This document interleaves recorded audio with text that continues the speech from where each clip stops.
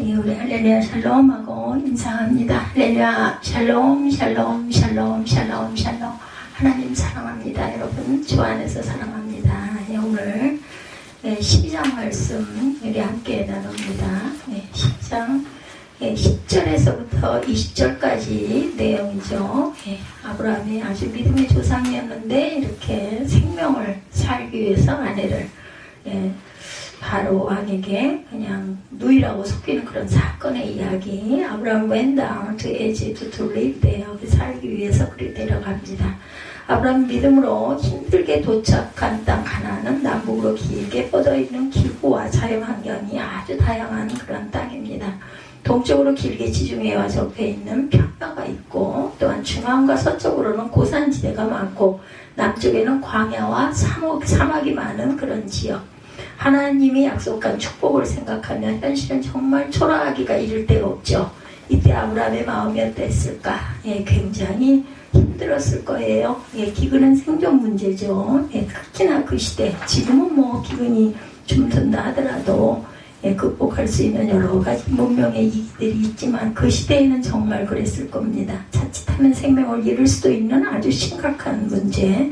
남쪽은 원래 사막과 광야지대가 많기 때문에 기근을 극복하기가 아주 쉽지 않았을 것이 분명합니다. 결국 아브라함은 얼마 동안 이집트의 빌부터 살 요람으로 이집트로 내려가서 애굽으로 내려갑니다. 남쪽으로 조금 더 내려가면 이집트가 있고, 이집트는 범람하는 나일강으로 인해서 비옥한 땅과 당대의 가장 앞선 문명을 자랑하는 곳이었기 때문에 그곳으로 선택을 해서 내려가게 되죠. 얼마나 긴 여정이고 얼마나 험난했을까요? 아브라함은 지금까지 약속 땅에 머물지 않고 이집트로 간 것 때문에 많은 비판을 받았어요. 믿음이 없어서 이집트로 간 것이다, 이런 비판을 받습니다. 그러나 그렇게 쉽게 비판하는 것은 현실을 너무 가볍게 본 것일 수 있다. 그 시대, 그 상황 우리 모두 경험했죠. 삶의 현실은 정말 녹록하지가 않습니다. 홍수나 기근과 같은 자연과의 싸움도 힘들고, 사람들과의 경쟁도 힘들고, 자기 자신과의 또한 싸움도 힘이 들죠. 먹고 사는 일이 호락호락하지만은 않다. 생존하는 것보다 더 쉽고 중대한 일은 없어요. 인생이 살아가는데 적이 공격하면 또한 방어해야 합니다. 3일을 굶으면 도둑질 안 할 사람이 없다, 이런 이야기가 있어요. 괜히 있는 이야기는 아닐 거예요. 눈에 보이는 게 없겠죠. 이런 현실 앞에서 아브라함이 기근을 피해서 살 방도를 찾는 건 당연한 일입니다. 자기 혼자의 몸만도 아니었을 거예요. 종복도 있었을 것이고, 기근을 피해 살 방도를 찾아 나서는 것은 믿음이 있든 없든 그저 아주 시급한 현실입니다.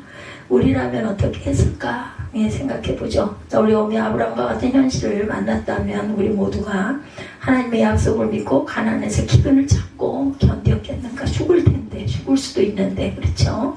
아니면 생존할 수 있는 이집트로 피난을 갔을까?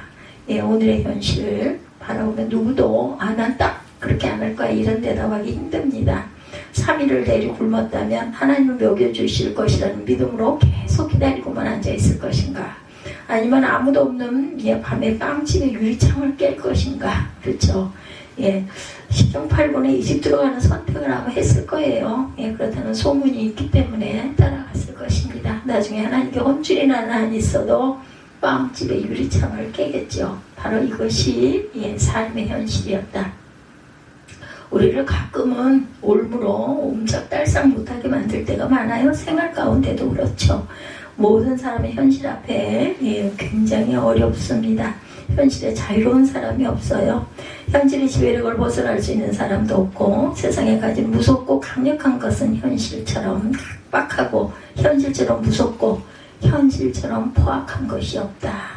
더더군다나 생존의 문제는 그렇죠. 눈앞에 보이는 게 없겠죠. 이런 현실 앞에서 약속만 붙잡는다는 건 쉬운 일이 아닙니다.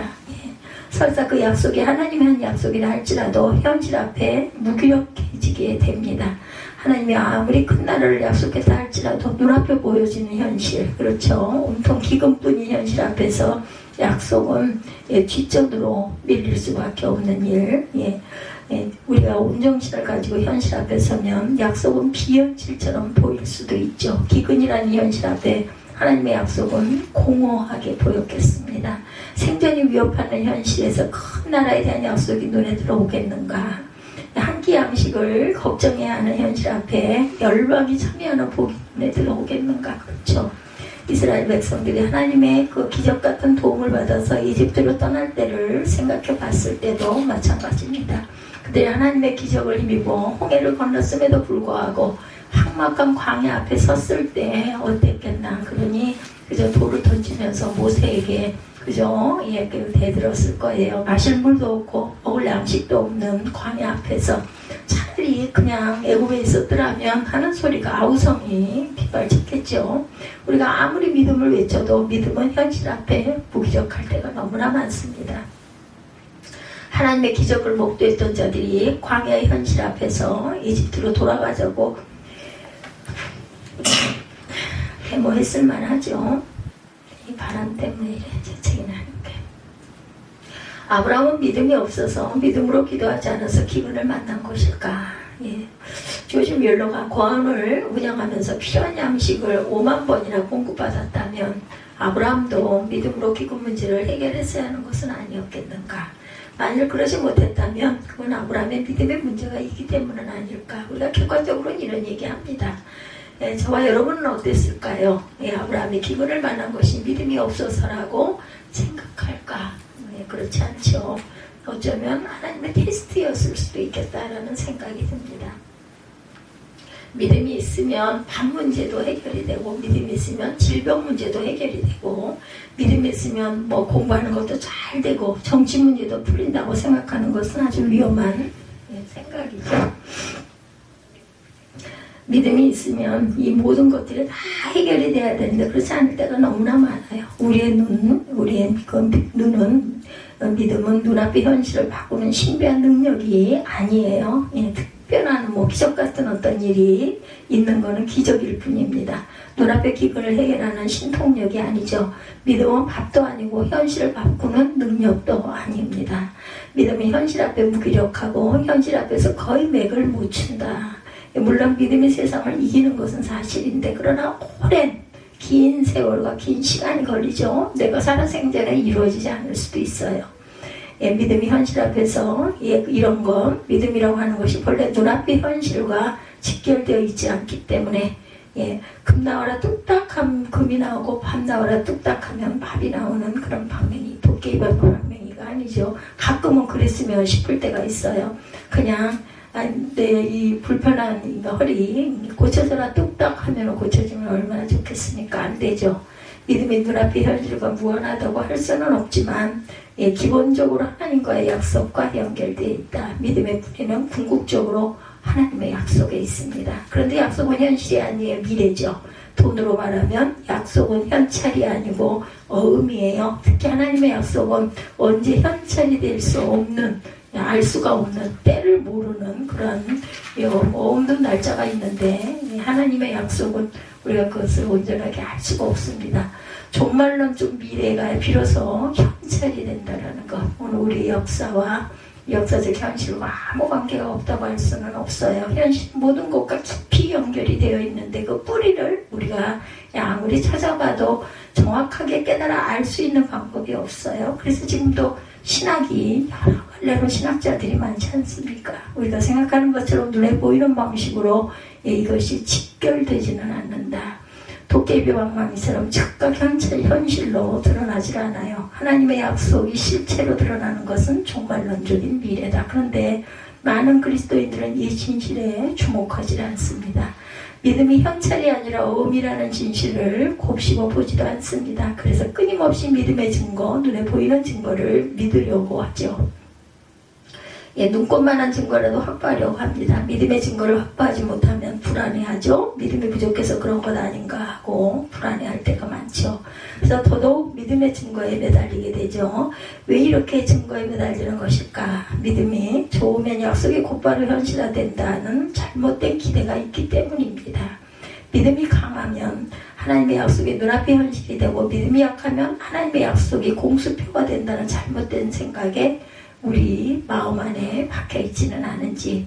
믿음의 조상 아브라함이 믿음의 결단을 하고 순종했지만 눈앞의 현실은 심각한 기근, 죽을지도 모르는 자기 혼자만의 일이 아니었을 거예요. 가족 모두 거느린 종복도 많았죠.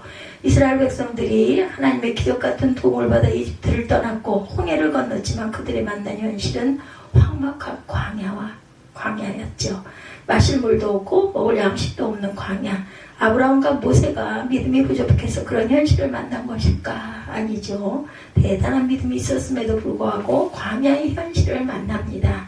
하나님의 약속과 전혀 다른 현실을 만났어요. 바로 이것이 믿음의 현실이다. 하나님의 약속과 현실 사이에 있는 괴리가 바로 믿음의 현실이고, 믿음이란 다른 게 아닌 하나님의 약속과 현실 사이의 괴리를 견뎌내는 것, 참고 견디는 것이 바로 믿음이다. 굳건한 반석 위에 섰으니, 그게 우리 찬양도 있죠. 하나님의 약속과 현실 사이의 괴리를 건너가는 것이 바로 견디면서 건너가는 것이 믿음이다. 그러니 당연히 고난은 따르겠죠. 여기 예외는 아무에게도 없어요. 따르지 못하고 못 견디면 결국은 도중하차를 합니다.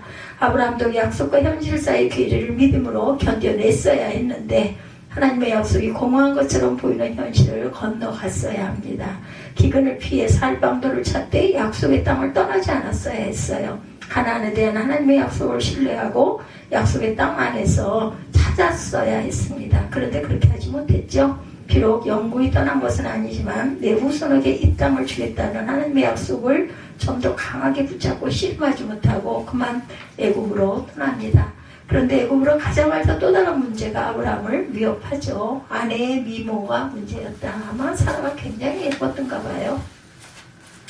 아브라함이 생각하는 사례가 외모가 너무 출중해서 많은 남자들이 사례의 아름다움을 탐낼 것 같았고, 특히 애굽의 3대 최고의 세력이 운집하고 있는 곳이었다고 그러죠. 언제 어디서 누가 사례를 차지하겠다고 나설지 모르는, 어떻게 보면 유랑자와 같은 신세이다 보니까 얼마나 마음에 부담이 컸겠어요. 그런 곳에 자기가 사례의 남편이라는 사실을 말하지만 쥐도새도 모르게 나는 죽어버리고 아내만 차지하는 그런 사건이 일어날 것 같다. 이 두려움. 아마 그때 그 시대는 그러고도 남을 시대였던 것 같죠. 사람들이 우리 관계를 물으면 그냥 오누이라고 누나라고 그렇게 실제 누나도 된다면서요. 인척간이 되기 때문에 그랬답니다. 목숨도 투자할 수 있을 것이라는 아브라함의 그런 망상, 이것이 망상이 아니었어요. 아브라함에게는 아주 시급한 돌파구가 바로 이것이었던 거죠. 사례를 보는 자마다 다들 사례의 미모에 혼이 빠졌고 바로의 신하들까지도 바로 앞에서 사례의 미모를 칭찬할 정도로 사례의 미모는 아주 출중했답니다. 소문을 접한 바로가 가만히 있을 리가 없었겠죠. 당장 궁으로 불러오라고 명했고 분이 정말 절세 미인이어서 아주 흐뭇해합니다. 얼마나 마음이 흐뭇했든지 아브라함에게 양떼와 소떼, 암나귀와 소나귀와 남녀 종과 낙타까지 선물을 듬뿍 하사할 정도였어요. 일단 살아남았어요. 그렇죠? 이렇게 하는 바람에 이 상황, 지금 이 상황이 어떤 상황이에요? 사례가 바로의 부인이 될 수도 있는 상황, 인간적으로 봐도 아브라함이 가만히 있어서는 안 되는 그런 상황입니다. 진실을 말하고 용서를 구해야 하는데 더욱이 아브라함과 사례는 하나님께 후손을 약속받은 관계죠. 하나님이 아브라함의 후손에게 가나안 땅을 주겠다고 말씀한 것은 사례를 통해서 후손을 있게 하겠다는 약속과 같은 것이었는데 그런 면에서 아브라함과 사례는 단지 부부가 아니에요. 하나님의 언약 백성의 약속을 받은 부부죠. 그러니까 지금 이 상황은 아브라함에게 씨를 주겠다는 하나님의 약속이 무너질 수도 있는 아주 위태로운 상황이었다. 근데 아브라함은 아내를 지키기 위해 어떤 행동도 취할 수가 없어요. 아내가 바로의 침대에 들어가는 것을 그냥 보고만 있어야 됐다는 거죠. 정말 기가 막히죠. 하나님의 씨를 약속받은 자가 어떻게 아내를 바로의 궁에 들어가게 할 수 있겠는가. 바로의 아내가 되면 하나님의 약속이 공수표가 되는 건 아닐까. 그런데 아브라함은 하나님의 약속이 무너질 수도 있는 위기적 상황을 그냥 바라만 보고 있습니다. 하나님의 약속보다 내 목숨이 중요하다라고 생각을 했다라는 것이죠. 아브라함의 믿음은 굉장한 대단한 믿음, 그죠? 갈 바를 모르고도 자신의 못 받고 있었던 자신의 그 본토 친척 아비족을 떠났던 그런 믿음이었는데 하나님의 약속 하나 붙잡고 멀고 험한 길을 떠났을 만큼 대단한 믿음을 가졌는데도 약속 땅에 와서는 기근 때문에 약속의 땅을 떠납니다. 자기 목숨을 지켜야 한다는 일념 때문에 아내를 노이라고 속이고 후손을 주겠다는 하나님의 약속도 위기에 빠뜨려 버리죠. 이것이 인간의 실상이고 믿음의 실상이다. 인간의 믿음은 참으로 위태로워요. 위태로울 수밖에 없죠. 하나님의 약속이 근본적으로 이 땅에 속한 것이 아니라 하나님 나라에 속한 것이고, 더더욱이 약속의 현실이 언제일지 알 수 없는 종말론적 미래였기 때문에 하나님의 약속을 의지하는 믿음은 위태로울 수밖에 없었다. 우리가 믿음으로 살기 위해서는 이 사실을 분명히 알아야 합니다. 믿음은 본질적으로 현실적 토대, 물질적 토대가 허약하다는 것을 우리가 알고 가야 되겠다. 그래서 옛말에도 그런 말이 있더라고요. 우선 먹기는 꽃감이 달아서, 꽃감이 좋아서, 근데 결과는 그런데도 불구하고 당장 내가 허리 가지고 굶주리고 또한 아주 힘든 상황이면 그걸 어떻게 해서든 탈피하려고 하죠. 인간의 존재가 현실 앞에 한없이 요약한 것처럼 인간의 믿음 또한 현실 앞에서는 허약하다는 것을 우리가 인정하고 가야 한다. 여기서 우리가 생각해야 할 아주 중요한 진실이 하나 있는데, 하나님의 약속이 만일 아브라함의 믿음에 달려 있었다면 하나님의 약속은 깨질 수밖에 없었다는 사실. 하나님의 약속을 지킨 것은 아브라함의 믿음이 아니라 하나님이 지켜주셔요. 하나님이 지키시죠. 아브라함과 사레에게 후손을 주겠다는 하나님의 약속이 산산조각이 날 위기가 닥치자 하나님이 바로의 집에 무서운 재앙을 내립니다. 그래서 바로가 사레를 아내로 취하지 못하도록 막으셨어요. 사레가 바로의 아내가 되면 하나님의 약속은 산산조각이 나서 깨져버리니까 그렇게 되지 않도록 막아낸 것은 아브라함이 할 수 없는 일을 하나님이 하시죠. 만일 그날 밤 하나님이 막아내지 않았다면 하나님의 약속은 휴지 조각이 되고 말았을 것이다. 그러니까 시집을 가지는 않았네요. 그렇죠? 아브라함의 믿음 때문에 하나님의 약속이 성취된 것이 아니다. 하나님이 친히 당신의 약속을 지켜내셔요. 당신의 약속이 무너질 위험에 빠지자 불같이 개입하셔서 바로에게 무서운 재앙을 내리면서 약속을 지키게 합니다. 아브라함은 하나님의 약속을 신실하게 붙잡지 못했지만 하나님은 당신의 약속에 신실하셨다. 능력이 하나님께 있었기 때문이죠. 그런데 그리스도인 안에는 우리의 믿음에 따라 하나님의 약속이 좌지우지되는 것처럼 생각하는 경향이 아주 많아요. 우리의 믿음이 아무리 굳건하다 해도 우리의 믿음이 하나님의 약속을 성취시키는 것은 아닌데, 모든 사람들이, 대부분의 사람들이 그렇게 믿죠. 우리가 할 수 있는 최선을 다하면 됩니다. 대다수 그리스도인들은 내 믿음에 따라 하나님의 약속이 움직인다고 생각을 하지만 그렇지 못하죠. 믿음이 강하면 하나님의 약속이 눈앞에 현실이 되고, 믿음이 약하면 하나님의 약속이 공수표가 된다. 그렇지 않아요. 하나님의 약속을 성취시키는 것은 우리 믿음이 아니라 하나님의 약속은 하나님 자신이 지켜내시고 하나님 자신이 성취하신다. 우리는 그릇입니다. 그릇. 담을 수 있는 그릇이에요. 우리가 지금까지 이렇게 믿음의 길을 걷고 있는 것도 우리의 믿음이 좋아서가 아니라 하나님이 우리의 믿음을 지키시기 때문이라는 것 잊지 맙시다. 하나님 당신의 약속을 지키시기 때문이고, 우리가 비틀비틀 쓰러질 듯 그렇게 갈지자로 막 헤매면서 간다 해도 이렇게 믿음의 길을 가고 있는 것은 하나님의 은혜를 부어주셨기 때문에 내가 가고 있는 것이라는 걸 인정할 줄 알아야 합니다. 그렇다고 해서 믿음이 아무것도 아니라고 말하는 거 아니죠. 믿음도 중요하죠. 우리의 믿음으로 살기 위해 힘써야 합니다. 믿음은 점점 견고해지고 깊어져야 되고 굳건해져야 한다. 근데 믿음으로 믿음이 깊어지는 게 아니라 내적 확신이 아니기 때문에 믿음을 아무리 강화해봐야 믿음이 깊어질 수는 없어요. 열심히 예배하고 기도하고 찬송하고 성경을 읽고 확신을 더하는 것으로도 한계가 있습니다. 그렇게 해서는 영적으로 깊어지기가 어렵다. 믿음이 깊어지기 위해서는 하나님을 알고 와야 된다. 그래서 성경을 많이 읽고 성경 공부들을 많이 하죠. 내가 혼자 모르니까 배우기도 하죠. 하나님을 아는 것만큼 하나님을 신뢰할 수가 있고, 하나님을 신뢰하는 것만큼 영적으로 깊어질 수 있기 때문에 믿음이 깊어지기 위해서는 하나님을 아는 일에 힘써야 하겠다. 그리고 하나님을 알기 위해서는 물어야 되겠죠. 의문을 물리치고 확신에 확신을 더하는 것이 아니라 물을 줄도 알아야 합니다. 성경을 읽으면서 묻고 생활 속에서도 묻고 기도하면서도 묻고 자연을 관찰하면서도 묻고 이런저런 사건 속에서 사건의 움직임 속에서 흐름 속에서도 또한 내가 의문을 품고 있던 것이 해소가 되기도 하고 질문을 하기도 합니다. 묻는다는 것은 자신의 경계를 깨뜨리는 거죠. 자기의 얇은 그러한 막을 깨내는 것입니다. 상식과 고정관념을 깨뜨리고 진리의 문을 열기 위해 거짓을 깨뜨리는 것이다. 저와 여러분 하나님을 아는 일에 힘쓰는 자의 특징이 뭘까요? 끊임없이 모를 줄 알아야 된다. 그냥 무조건 덮어놓고 믿어라. 예전에 이런 말들 많았지만 의문이 나는 것은 캐고 물을 줄 알아야 합니다. 하나님은 빛이시지만 어둠이기 때문에 말씀하시지만 침묵하시기 때문에 계시하시지만 은폐하시기 때문에 하나님을 알기 원하는 자는 끊임없이 읽고 또 읽고 묻고 묵상할 줄 알아야 된다. 많은 그리스도인들은 오해해요. 하나님은 물음을 없애는 분이라고 오해합니다. 그렇지 않죠. 우리가 만난 하나님은 물음을 없애는 분이 아니라 우리가 만난 하나님은 잃어버린 물음에 대한 되찾아주는 분이라는 거, 그 질문을 깨달아 알게 하시는 분이 바로 하나님이시라는 거. 영이신 하나님, 성령 하나님께서 우리에게 깨달아 알게 하시죠. 그리고 끊임없는 물음 덕분에 이만큼이라도 영적으로 깊어졌습니다. 이런 고백이 우리 입술의 고백이 되어야 합니다. 신앙생활의 요체는 묻는 것입니다. 하나님께 묻는 것이 신앙생활의 핵심이다.